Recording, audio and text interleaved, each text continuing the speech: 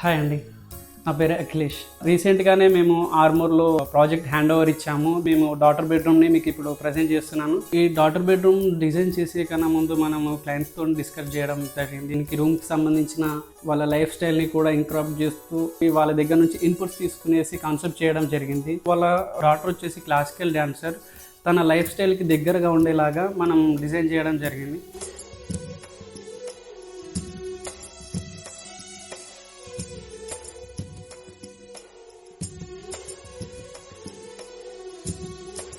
ఆర్టిస్ట్తో paint చేయించాము.